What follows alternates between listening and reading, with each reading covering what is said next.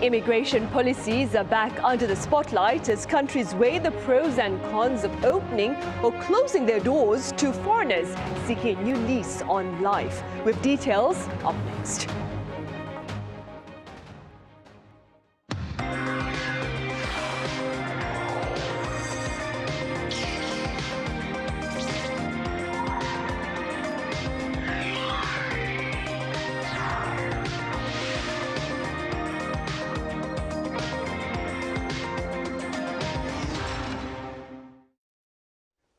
Hello, welcome. You're watching Press Perspective for this Friday, February 13th here in Seoul. I'm Min Sun-hee.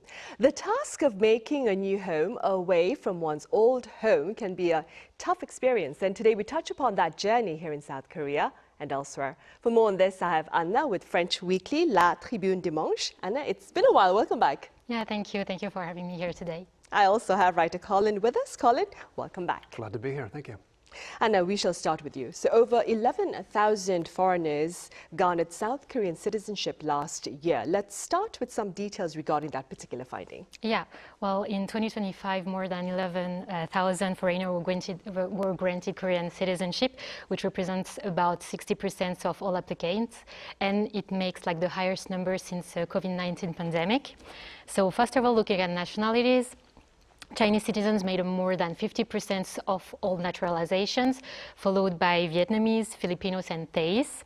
And on top of that, more than 4,000 people regained Korean nationality after previously renouncing it. So it's highlighting the continued interest in Korean citizenship. And now taking a closer look, this increase is happening as the foreign population in Korea continue to grow, reaching 2.73 million in 2025, with around 60% long-term residents, mostly based in the Seoul area. So also many of these foreigners play an important role for the country economy and in local communities, working in sectors such as agriculture, construction, manufacturing, education, or healthcare. So I think that what we cannot ignore here is that the rising number of naturalization and the growing foreign resident population also go with broader demographic challenges in South Korea. So of course I'm thinking about the population decline with the low fertility rate of 0.75 birth per woman, and also the fact that the population and the society is aging, is more and more aging, and becoming super aged, with about 20% of people being age 65 or older.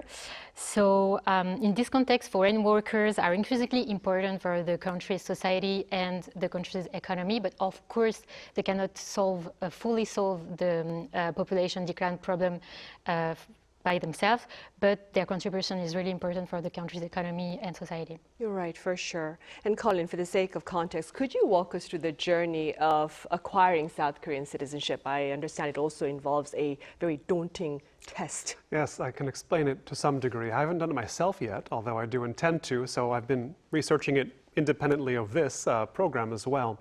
And it is not the easiest process compared to some other countries, certainly compared to the US, where I'm from. But first, you tend to have to live and work here for a while. In most cases, it's about 5 years of living and working in Korea, which might require stepping up your visa from the first one you got working here. So that's difficult in and of itself, but not really part of the process officially. You have to prove your economic wherewithal here, that you can support yourself, and so on and so forth, with various documentation, not always easy to get. And then once you get through that, you take a written test, which is about 40 minutes long. And of course, it's in Korean, and it is effectively a language test, testing that you have a command of Korean, or at least an ability to read. And it's questions which test, yes, language skills, but also basic knowledge of Korean history and society and politics. Things we could all, even if we're Korean, do well to brush up on. And indeed, when a Japanese celebrity, I believe it was, posted a while ago to social media some of the questions encountered on the test, there was a bit of a controversy or surprise on the part of Korean netizens, replying, boy, I mean, I don't think we could get these answers. They were seen as hard even for Koreans, although I think it meant more, they were about information or facts that an ordinary Korean has no reason to command on a day-to-day basis. And so if you study for it, you can do it. Like most Korean tests, it's about getting the answers out in a short frame of time. And if you do that, if you succeed at the written test, then there is an interview. And that's the more daunting part. It's about 20, 30 minutes long, and it's you and 2 interviewers. So that ratio right there gets you sweating. Make sure not to show up late. And they'll ask you questions about your own life. Yes, it's possible to test your language skills, but also the kind of material you have to know for the test. So you have to know about Korea too, and they can ask you questions of a wide range of subjects. So you've got to be prepared, and you won't know exactly what they're going to ask. And it's common to not pass the first time, to have to take it a few times. So that's a stage of the process, and it varies in different cases. Foreigners married to Korean individuals have a sort of not expedited, but a simplified process. But most cases of naturalization are like I described. And there's I don't know if it's controversy, but there's always discourse, or there has been in recent years, about whether it's too hard. Is the wall too high? Or there's also, is the wall too low, in that the test, I described the written test, doesn't test listening skills. And so sometimes a foreigner will get through the written component only to find they can't speak well enough for the interview. And so to my mind, it's not excessive to require that level of written and spoken Korean, but there is, of course, the question, as Anna referenced, of bringing in more foreigners. And is there a way to do that it's not just making it easier? People don't really know yet, and it's a question many Koreans have not thought about themselves. Right. Well, for now, Anna, advocates here are calling for a widening of doors to immigration, but at the same time, South Korea's counterparts are seeking to close their own doors. Could you tell us a bit more about this? Yeah. Well, first, what caught my attention first was Japan, because it's the country close to South Korea and also facing a declining aging population. So currently, the Japanese government and ruling parties are considering tightening the rules for getting the Japanese nationality. So currently, the nationality law requires that you have lived in the country for at least continuously for at least 5 years, and you have also other requirements such as being 18 or older, having a good record, being financially self-sufficient, for example.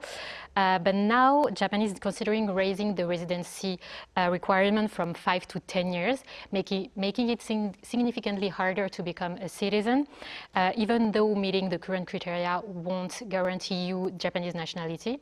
For example, in 2024, there was 60% of applications were approved. And now regarding European countries, my attention was also drawn to the case of Sweden, because they are also considering tightening the rules for getting naturalization, and it will start in June 2026. So until now, to obtain the citizenship, the foreigners have to live in the country for 5 years, but this requirement will increase to 8 years. And if someone has a criminal record, this requirement will be even longer. For example, if you have to serve a 4-year prison sentence, you will have to wait for 15 years. And they also introduced new conditions like basic language test and culture test also. And they also introduced another requirement, which is that the applicants will have to have a minimum of a monthly income of $2,200. But about this requirement, the government points out that because it is way below the average wage in Sweden, every applicant who are fully working in the country should match this requirement without any difficulty. So all of this is also part of a bigger picture in Sweden, with successive government tightening migration rules since 2016. And because in 2016, about 160,000 asylum seekers sought refuge in Sweden. Right, I see. Meanwhile, Colin, with regard to the US, Mr. Trump's hardline stance on immigration is forecast to weigh on the US economy. What have you been hearing? Yes, there was a study recently put out saying essentially that the US population could start to shrink as a result of Trump-style clamping down on immigration by the year sort of 2081. So this is a little far afield, and any prediction at that distance is difficult to trust one way or the other. It could be worse. It could not be so bad. Who knows? But of course, this is taken as a political issue because immigration itself is the issue right now, you could say, in many ways in the United States and other countries as well, including in parts of Western Europe. And the Trump administration is often described as having come to power on anti-immigrant sentiment, although it does seem to be more anti-illegal immigrant sentiment. I know Trump's people claim to have deported 160,000 illegal immigrants so far. It's probably less than that. Hard to get numbers on this by its very nature. But for many of Trump's, I suppose, supporters, you could say, frustration with the immigration system and with the fact that its laws on the books don't seem to be enforced played a part.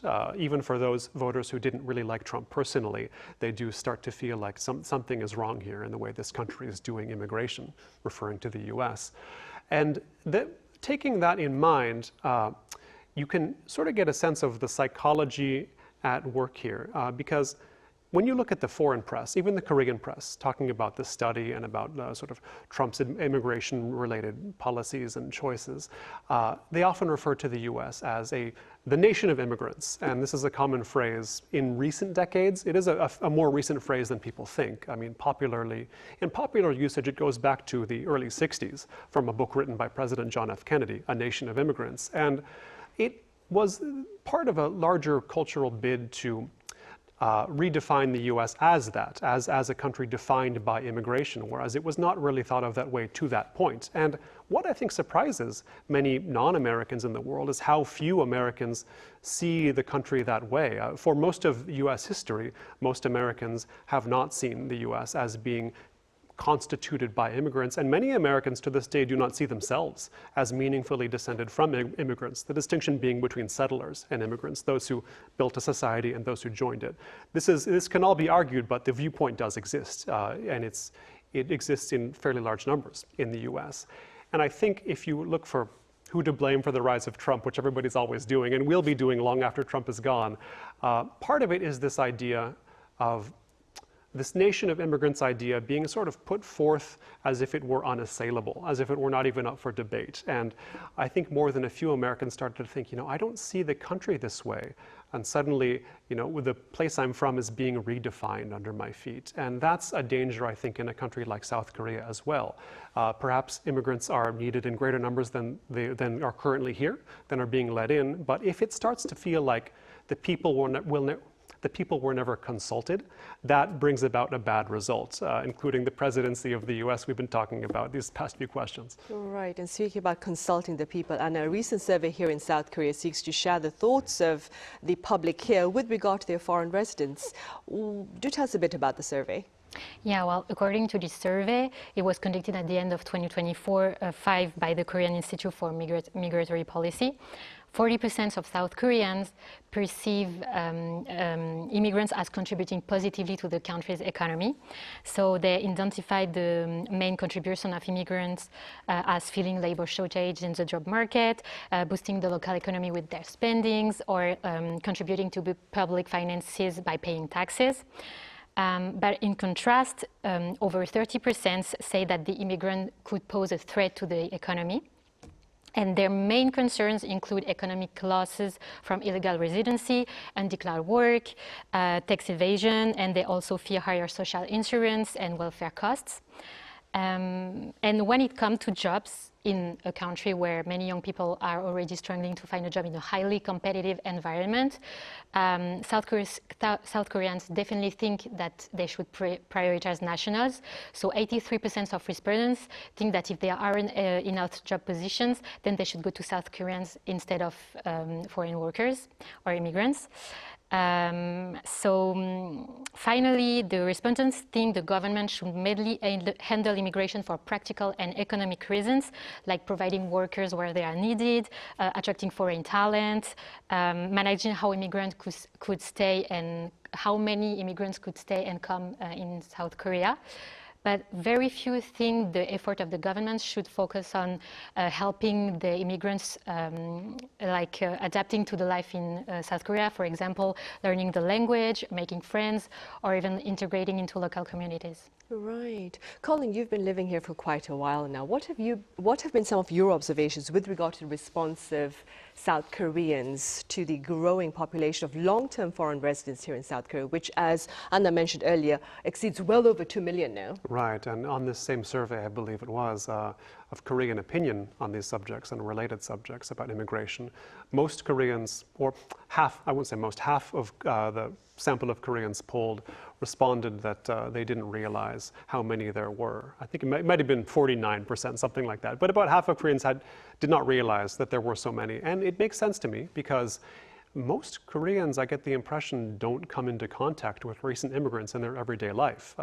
If you do, it's kind of the defining event of the day in some cases, let alone, I could just say foreigners, let alone immigrants who have naturalized here. It's a fairly rare thing in the life of most Koreans to even see it in front of them. And so there's a mismatch to an extent between the numbers and the actual lived experience of the country here. I mean, even there are many foreigners in Korea who don't meet that many foreigners. So if you think of it that way, it starts to seem, well, maybe these immigrants who are here are not evenly distributed in the country, geographically or in the sectors they're working in. Certainly, they're not represented in the media other than, say, in certain special cases. And I'm saying that as a foreigner speaking in the media right now, I suppose. But it is notable as well in the responses to these surveys, to this particular survey, that, a question like, do you think there should be more immigration? Should there be less immigration? Or should it stay the same? A plurality of Koreans, some 40+%, say it should stay the same. About 20% say more. 20% say less. That's not so different. The rest say they don't know, which is, to me, the same as saying they don't really have much opinion at all. It's not as charged an issue as in the US still, of course, and why would it be? But at the same time, you can sense immigration is perhaps more of a matter of import among or to elite opinion in Korea, whether it be in government or business, and not so much to everybody else, not yet anyway. Right. Meanwhile, Anna, beyond national borders then, back in 2023, I believe, France's parliament passed a controversial immigration law. Could you tell us a bit about that? And what's the latest on that front, in fact? Yeah, well, at the time I was still living in Paris, so I can remember how controversial this immigration law was. So yeah, for example, at the time there was a left-wing newspaper who ran a petition for President Macron not to sign the law, and with many well-known French artists and well-known politicians adding their signatures. So at the time, the reform was criticized as a stepping stone for far-right nationalist ideology, also described as a law of hate and division, and as a serious threat to the cohesion of our society. And the far left went even further, demanding the law be completely withdrawn. So after it was passed by the Senate and National Assembly in December 2023, a month later, the Constitutional Council ended up invalidating nearly 40% of its articles, either partially or fully. And some of the parts who were invalidated were considered as unconstitutional. For example, requiring foreign students to give a deposit if they want to come to study in France, restriction on family reunifications, and ending automatic birthright nationalizations, and limiting access to social benefits for foreigners. However, recently, new rules for naturalization stemming from this law have been put into effect in France since early 2026. So similar to what I mentioned about Sweden, France has introduced a kind of a test, an exam about French values and French history, and you have to reach at least 80% to pass the exam. And at the same time, they increased the required level of French, so now it matches the required French level is the same level for French foreign students entering French university. Right, I see. Well, and Colin, here is the million-dollar question then. Keeping in mind what we've discussed thus far, what do you suppose are the tasks, perhaps, and this going beyond borders, what are the tasks that need to be tackled, if you will, to ensure a sound immigration policy? Well, to take my own country, the US, as a somewhat cautionary example, I would say the first priority is to make sure immigration law is clear, is unambiguous, is not subject to sudden change, and is enforced as it's written in the books. I would suggest looking at the US and understanding the dangers of relying on a vast black market of labor consisting of illegal immigrants, without which some economists say the US economy would collapse. So let's not open the door too wide in that direction, if possible, in Korea. Make sure people know what it takes to immigrate and that these rules are clearly and fairly enforced, clearly articulated and fairly enforced. And I don't know if it's necessarily in Korea's interest to lower the bar, to lower the sort of ledge of the door, as I'm trying to translate a Korean expression in my mind right now. But I do think it's important to also focus on potential immigrants who are most willing and able to assimilate. It's a point that comes to my mind every time these discussions arise, that when I see potential revisions to Korean immigration policy, often the goal is clearly to bring in foreign professionals who are already qualified, already credentialed, already formed. And South Korea is not a country culturally well suited to accept foreign professionals of that kind anyway in large numbers, or it's too late to assimilate at some point. But that aside, they're not really easily transplantable in a way that guarantees you a sort of robust population going forward, like planting an orchard. You can't transplant a whole orchard. You've got to start from the seeds or the saplings. Bring in immigrants who are, again, assimilable, and maybe their children will become the professionals or the entrepreneurs or whatever it is you claim to be looking for with immigration policy. But it doesn't necessarily work to try to rely on other countries to supply you them. And that's another way the US is having problems these days, is sort of relying on cheap PhDs from abroad and not cultivating the population at home. And this is another sort of factor in the rise of Trumpism, if you like, is the sense that the US no longer cares about Americans. It cares about economic growth, and if that means the native population can be forgotten in the name of sort of bringing in foreigners who are supposedly better qualified or harder workers, then so be it. I mean, you don't want your own people to get that idea that that's what you're doing. So those are my words of advice from American experience. Whether it applies to Korea, we'll find out in the fullness of time. All right, we shall find out soon. All right, I'm afraid that's all the time we have, but Colin, as always, thank you so much for your insights today. Thank you. Anna, thank you very much for your time and your thoughts. Thank you. Right, that ends this week's editions of Press Perspective. Thank you for watching. Now we return same time next Thursday after the long weekend to celebrate the Lunar New Year holiday here in this part of the world. So be sure to join us then. Happy holidays.